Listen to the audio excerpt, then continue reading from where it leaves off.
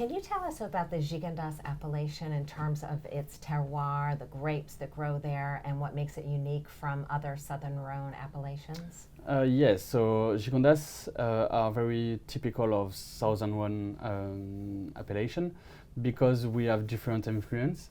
The first one is the Miocene sand, so it's sediment of Mer Méditerranée, the past Mer Méditerranée, and they let a lot of sand, who is transforming in rock.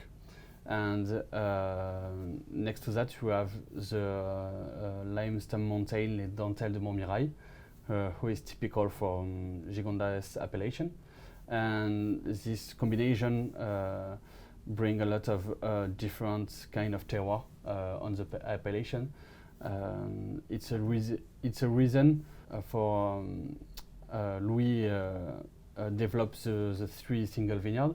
It was to show the difference between close terroir, because in Château de Saint Cosme we have 15 hectares of Gigondas around the castle, and in this area we have a lot of different terroir, and this is very typical of Gigondas. It could be compared to some place in Burgundy with very close parcel, but with very different terroir. Can you tell me about those three different single vineyard plots? Yeah, so Louis created them in 2003, and he began with Hominis Fides and Le Poste. So it's and he creates Le Clos, the single vineyard Le Clos in 2005 or 2004, and it's a three single vineyard of Grenache. The winemaking process is the same for the three single vineyard. The only difference is the soil. So on Hominis Fides, single vineyard is a sandy soil. On Le Poste is a limestone soil, and on Le Clos it's clay soil. And with these three single vineyards, you can have a good picture of Gigondas appellation.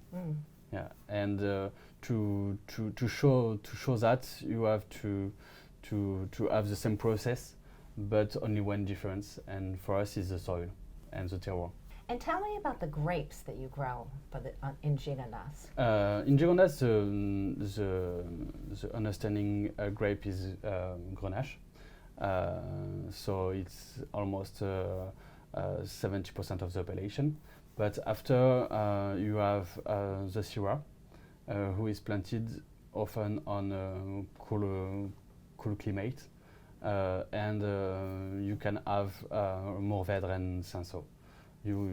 It's the most choosing wine plant in Gigondas. What would you say is the philosophy and culture of winemaking of the estate?